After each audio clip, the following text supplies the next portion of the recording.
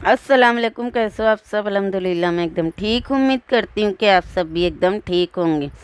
तो अम्मा को छोड़ने के लिए जा रही थी। तो इसने पहले तो ये बताई कि देखो मैं रेडी हो गई हूँ।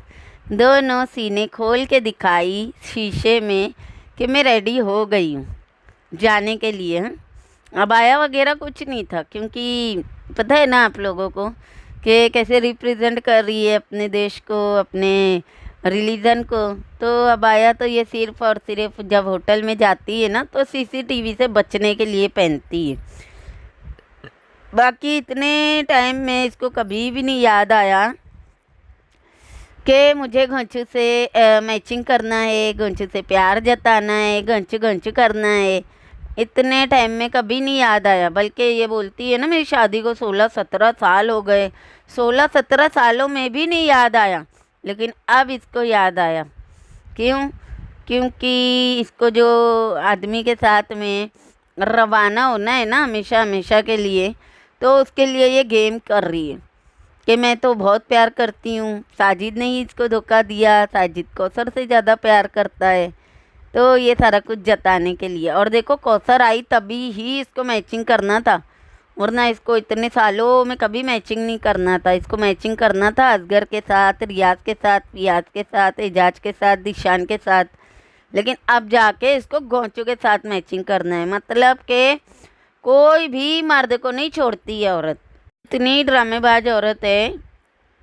12 बजे अम्मी को एयरपोर्ट जाना है, 7 बजे बोल रही है कैमरा लेके कि मैंने सोची थी घर पे कोई भी खाना नहीं बनाएगा, अम्मी को बाहर से खाना खिलाएंगे। लेकिन फिर सिस्टर का फ़ोन आ गया कि नहीं नहीं, खाना तो मेरे घर पे खाओ। तो अब हम वहाँ पे जा रहे हैं। सोचो, इसको 12 बजे एयरपोर्ट छोड़ना है, 7 बजे ये बता रही है कि सिस्टर का फ़ोन आ गया। क्या अचानक से ही फ़ोन आ गया? हाँ, अचानक से ही उसने खाना बना दी। पहले से प्लान होगा ना, तभी तो उसने इतना सब बना के रखी थी। लेकिन ये जता रही है कि अचानक से ही फ़ोन आ गया। कितनी मक्कार औरत है ना ये क्यों नहीं बोलती कि तेरी माँ जा रही है ना, इसके लिए उसने तेरी माँ की दावत की है, साथ में तुम लोग भी फ्री का ठूसने के लिए चले गए। ठीक है, बाकी ये तो तू बोली मत कि अचानक से फ़ोन आ गया। अचानक से कोई इतना सारा इंतज़ाम नहीं करके रखता बिना पूछे। पता नहीं सामने वाले ने कहीं पे टेबल बुक कर दिया होगा, या कहीं पे खाने का कुछ सोचा होगा, कुछ तो भी उन लोगों ने प्लान किए होंगे। हाँ, तो फिर सामने वाला क्यों इतना पका के वेस्ट करेगा?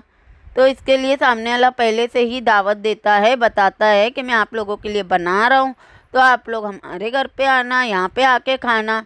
तो झूठ बोलना तो तू बंद कर दे। जाते जाते भी तेरी माँ को तूने खाना नहीं खिला पाई, लानत है तेरे ऊपर। मुझे पागल औरत का समझ नहीं आता है। हर चीज में तस्वीर खिंचवाना है। जब भी नहाएंगी ना तस्वीर खींच दो, जब भी तैयार होएंगी तस्वीर खींच दो। आप लोगों को पता है ये तस्वीरें बनाना भी एक गुनाह है, लेकिन खैर ये तो जब जीजा के साथ सो के इतना बड़ा गुनाह कर सकती है, तो ये सब चीज़ों का इसको पता है नहीं है तो भी क्या फ़र्क पड़ता है ना। बाकी आप लोग देखो, इसकी माँ तस्वीर बनाते टाइम पे भी इसको धमकी दे रही थी कि बच्चे लोग को डांटना मत वरना मैं नहीं आऊँगी। मतलब कि अम्मा भी इसको ब्लैकमेल सही वाला कर रही है ना, कि मैं नहीं आऊँगी, मैं नहीं आऊँगी बोल के अम्मा भी ब्लैकमेल करती है। भाई मुझे लगा सिर्फ बेटी अम्मा को ब्लैकमेल करती है, लेकिन नहीं नहीं नहीं, अम्मा भी बेटी को सही से ब्लैकमेल कर रही है।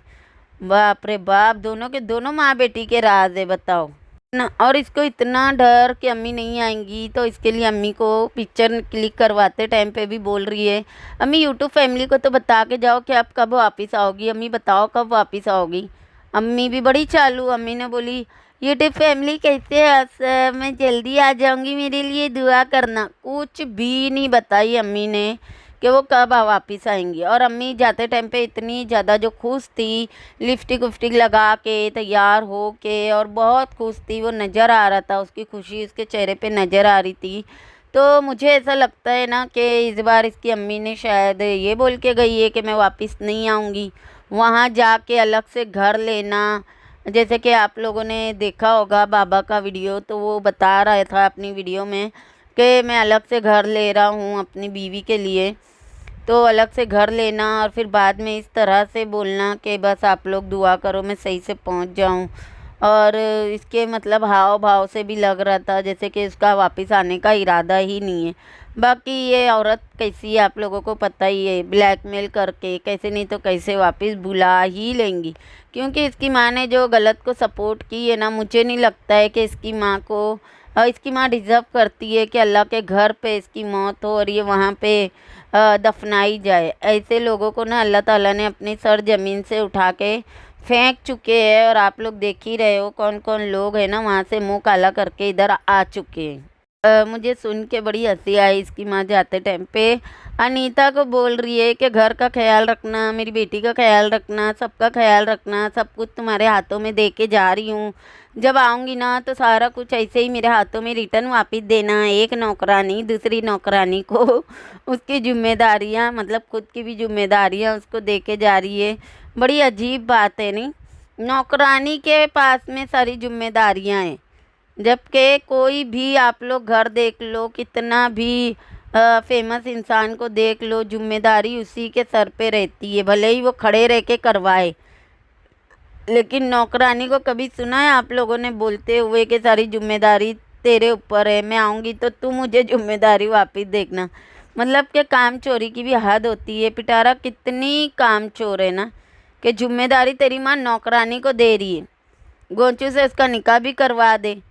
तू दफ़ा ही क्यों नहीं हो जाती है घर से? बहुत गंदी औरत है यार ये।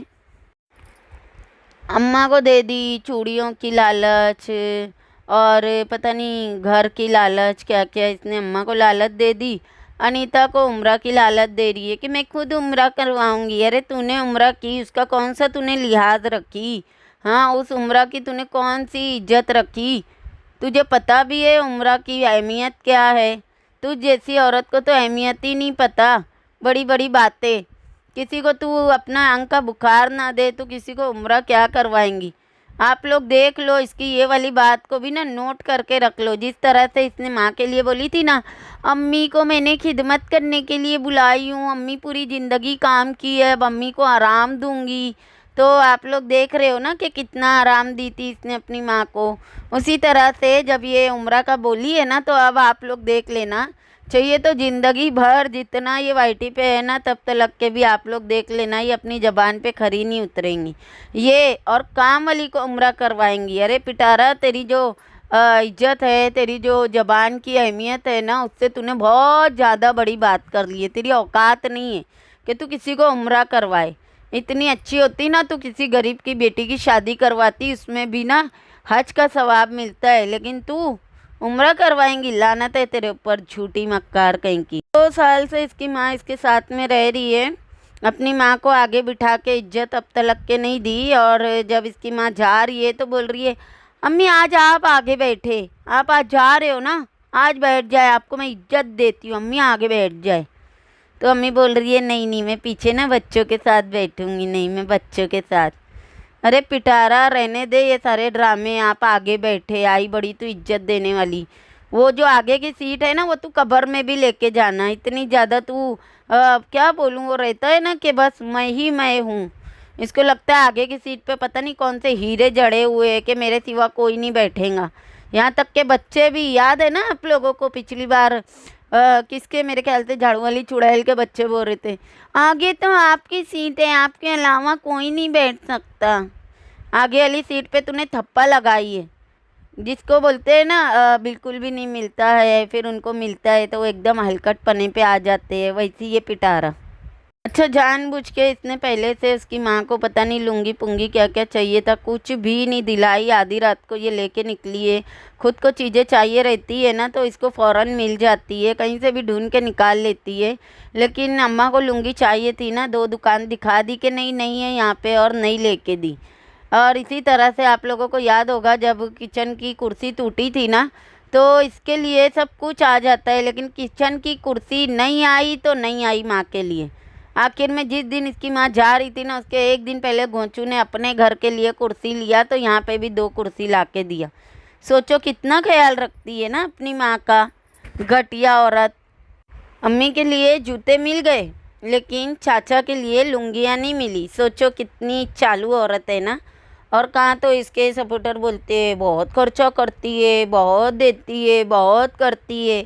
अरे कितनी गंदी नीयत की है ना वो ये सब चीज़ों में, तुम लोगों को सब पता है, लेकिन नहीं बोलेंगे नहीं, क्योंकि ईमान बेचे है ना, 2 कौड़ी के ईमान। वैसे लोगों को चू कितना अच्छा बनाती है ना वो सिस्टर, जो इसकी सिस्टर बनी हुई है, उसके घर पे जाने से पहले इसकी छोटी वाली बेटी उसको सिस्टर सिस्टर कर रही थी। इसने खुद ने उसको सिखाई कि नहीं खाला बोलो, तब जाके उसने खाला बोली। और ये उसके घर में एंट्री करते ही बोलती है कि आयत बोल रही है खाला सिर्फ मेरी है। अरे कितना उल्लू बनाती है, कैसे यूज़ करती है लोगों को, बेशरम, कितनी झूठी और मक्कार औरत है यार ये। एयरपोर्ट जाने के टाइम पे ये बोल रही है बच्चे तंग करेंगे और कौसर इतनी देर नहीं बैठ पाएंगी, और एयरपोर्ट पे भी अच्छा खासा टाइम लगता है। तो ये जब मीटअप के टाइम पे कौसर को 6-7 घंटे तलक के वहाँ पे बिठा के रखी थी, तब इसको याद नहीं आया कि कौसर इतनी देर नहीं बैठ सकती। बच्चे जब तंग कर रहे थे तब इसको याद नहीं आया कि बच्चे तंग करेंगे, और वहाँ एयरपोर्ट जाने का था तो इसको याद आ गया कि कौसर की तबीयत ठीक नहीं है, इतनी देर नहीं बैठ सकती, बच्चे तंग करेंगे, उनको घर पे छोड़ के फिर ये अम्मा को छोड़ने गई है। फिर आते टाइम पे तो तुझे ड्रॉप कर दिया होगा गोंचू ने, है ना, इसीलिए बच्चे और कौसर को नहीं लेके गई। ये क्यों नहीं बोलती, मक्कार औरत। तो वैसे बेचारी हर एक चीज़ पहली दफ़ा ही करती है। ये मैंने पहली दफ़ा खाया, वो मैंने पहली दफ़ा देखा, वो मैंने पहली दफ़ा गई, वो मैंने पहली दफ़ा गाया, वो मैंने पहली दफ़ा रोया, बस यही ड्रामे। अब ये एयरपोर्ट को लेके, ये एयरपोर्ट मैं पहली दफ़ा देख रही हूँ, मैं पहली दफ़ा जा रही हूँ। जब से इसने होश संभाली है ना, यारों को देखने के अलावा मुझे लगता है ना इसने कुछ देखी ना, खाई ना, बनाई। कुछ भी करेंगी, कोई डिश बनाएंगी, कुछ खाएंगी, कहीं जाएंगी, हर चीज़ में मैं पहली दफ़ा कर रही हूँ, मैं पहली दफ़ा कर रही हूँ। ऐसा लगता है जैसे ये बेडरूम से बाहर ही नहीं आई है गंदे काम करने के लिए। 16-17 साल जितने भी थे ना, इसने सब सिर्फ और सिर्फ बेडरूम में निकाली है। इसके लिए ये हर चीज़ पहली दफ़ा करती है। और जब ये अम्मी को लेके ऊपर की तरफ जा रही है, अम्मी के हाथों में थैला है और ये कैमरा लेके अपने मुंह पे रख के बातें करते करते जा रही है। कितनी फिक्र है ना पिटारा तेरे को अम्मी की, देख लिए भाई कितने ड्रामे करती है ना, ड्रामेबाज औरत देखे हमने। और एयरपोर्ट पे इसने एक क्लिप बनाई जहाँ पे ये अपनी माँ को बोल रही है हो गई नमाज का वजू, तो इसकी माँ बोल रही है हाँ हो गया। भाई लिपस्टिक लगी हुई है, कैसे वजू हो गया? क्या समझ रहे तुम लोग ऑडियंस को, बेवकूफ़ बना रहे। हाँ इतनी गहरी लिपस्टिक लगी हुई है रेड कलर की, और बोल रही नमाज का वजू हो गया। अरे लानत है तुम लोगों के ऊपर, माँ बेटियों के। बाकी पिटारा के अंदर बहुत बड़ी एक एक्टर छुपी हुई है।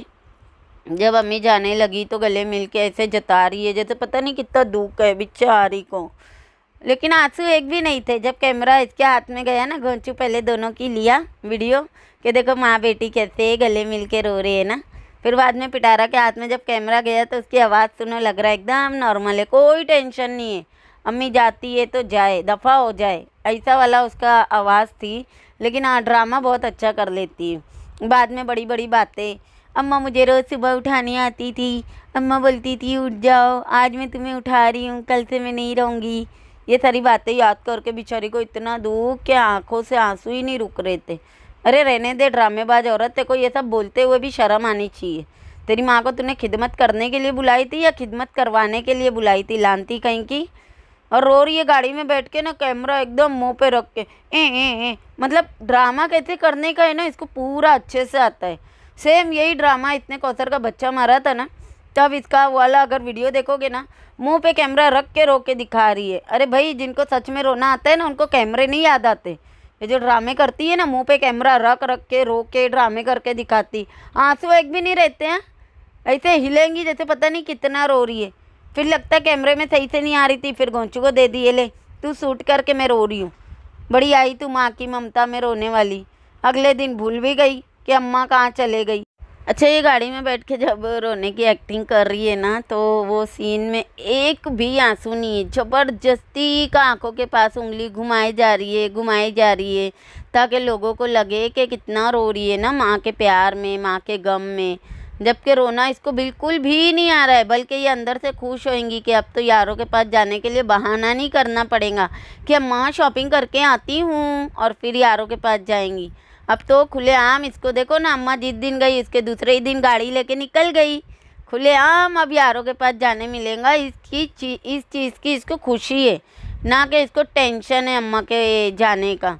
और बेशर्म की तरह बोल रही है, जब गुस्सा आता था ना तो मैं खाना नहीं खाती थी, अम्मा खाना लेके ना मेरे पीछे पीछे आती थी, अम्मा भी नहीं खाती थी। मतलब देख लो, ये बता रही है कि ये कितनी डायन औरत है, कैसे लोगों का खाना हराम करती है, कितनी गिरी हुई औरत है, खुद ही बता रही है। बताओ, अल्लाह रहम करे भाई ऐसी औरत से। मैं तो बोलती हूँ अब इसकी माँ को ना वापस नहीं आना चाहिए, चाहे जितना भी ब्लैकमेल करे। सारी सच्चाई तो ऑडियंस को पता ही है कि इसकी माँ किस तरह की औरत है। खुद ही उसने ये सारा कुछ कर करके ना जता दी है, दिखाई है दुनिया को कि वो कैसी औरत है। तो मुझे नहीं लगता इसकी माँ को आना चाहिए वापस। खैर चले, इस वीडियो को मैं यहीं पे एंड करती हूँ। वीडियो कैसी लगी कमेंट में ज़रूर बताना। वीडियो पसंद आएंगी तो लाइक शेयर और सब्सक्राइब भी कर देना। मिलते हैं नेक्स्ट वीडियो में। अल्लाह हाफिज़।